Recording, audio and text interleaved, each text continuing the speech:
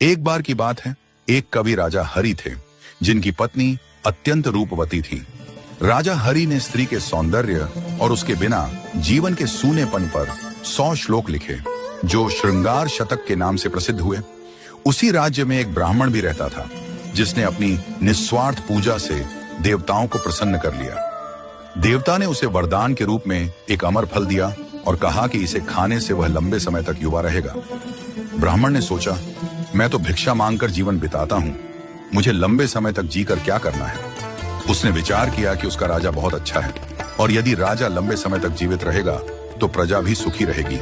इसीलिए उसने वह फल राजा को दे दिया। राजा फल पाकर प्रसन्न हो गया, लेकिन उसने मन ही मन सोचा, यह फल मैं अपनी पत्नी को दे देता हूँ। वह यदि लंबे समय तक युवा रहेगी तो मुझे उसके साथ ज्यादा दिनों तक रहने का सुख मिलेगा। अगर मैंने यह फल खाया तो वह मुझसे पहले मर जाएगी और उसके वियोग में मैं भी नहीं जी सकूंगा। राजा ने वह फल अपनी पत्नी को दे दिया, लेकिन रानी तो नगर के कोतवाल से प्रेम करती थी, जो अत्यंत सुदर्शन, हृष्ट पुष्ट और बातूनी था। रानी ने कोतवाल को वह अमर फल देते हुए कहा, इसे खा लेना, इससे तुम लंबी आयु प्राप्त करोगे और मुझे सदा प्रसन्न करते रहोगे। कोतवाल महल से बाहर निकलते ही सोचने लगा, रानी के साथ तो मुझे धन दौलत के लिए झूठ मूठ ही प्रेम का नाटक करना पड़ता है।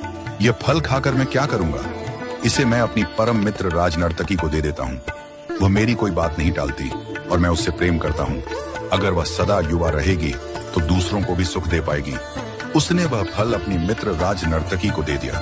राजनर्तकी ने फल लिया और चुपचाप रख लिया। कोतवाल के जाने के बाद उसने सोचा, कौन मूर्ख इस पाप भरा जीवन लंबा जीना चाहेगा? हमारे देश का राजा बहुत अच्छा है, उसे ही लंबे जीवन का वरदान मिलना चाहिए। यह सोचकर उसने किसी तरह राजा से मिलने का समय लिया और एकांत में उस फल की महिमा बताकर वह फल राजा को लौटा दिया। उसने कहा, महाराज, आप इसे खा लेना। राजा फल को देखते ही पहचान गया और चकित रह गया। पूछताछ करने पर पूरी घटना जानने के बाद उसे वैराग्य हो गया।